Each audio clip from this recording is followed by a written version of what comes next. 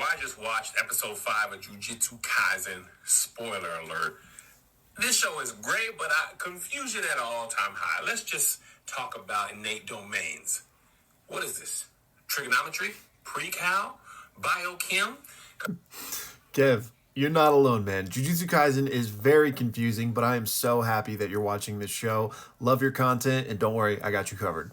All right, so let's talk about innate domains and domain expansions, which are what Kev alluded to in his video. And don't worry, there's not going to be any spoilers in this breakdown. So to begin, we need to talk about what exactly an innate domain is. And it's basically the embodiment of you, the embodiment of an individual, but it's kind of like a mental landscape. And I'm going to explain this more in a bit. But everyone has an innate domain. Whether you're a human, you're a Jujutsu sorcerer, you're a cursed spirit, you're an animal, you've got an innate domain. And it's kind of like your soul, at least like in the real world, if you want to think about what people say when they say like, oh, that person has a good soul. It's kind of like that. But in the world of Jujutsu Kaisen, souls are also a thing. So it's not literally your soul. But again, it's just the embodiment of you, right? Now, in the world of Jujutsu sorcery, the pinnacle, the peak, the absolute top most skilled individuals are capable of taking that ethereal concept of an innate domain and manifesting it into reality.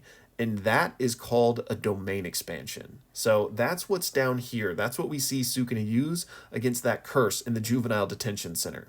Now, this up here is also an innate domain manifest into reality, but it's not complete.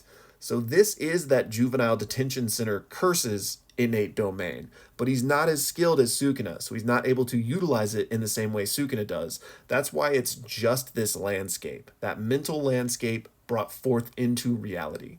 So again, what we're seeing here is Sukuna using his domain expansion, bringing his innate domain into reality and imbuing his curse technique into it. That's why the cursed spirit just gets obliterated, right?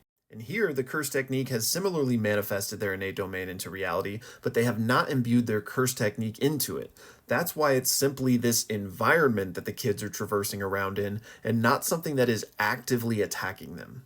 Now, I know I just used a lot of the same words over and over, so it was probably still confusing, but I hope that helped clear things up a little bit. And Kev, I'm so excited that you're watching this show. It's so good, but it honestly only gets more confusing. So if you've ever got any questions, feel free to hit me up. And for anybody else, ask away as well. I've got a lot of videos on my page explaining a lot of the different concepts in this show.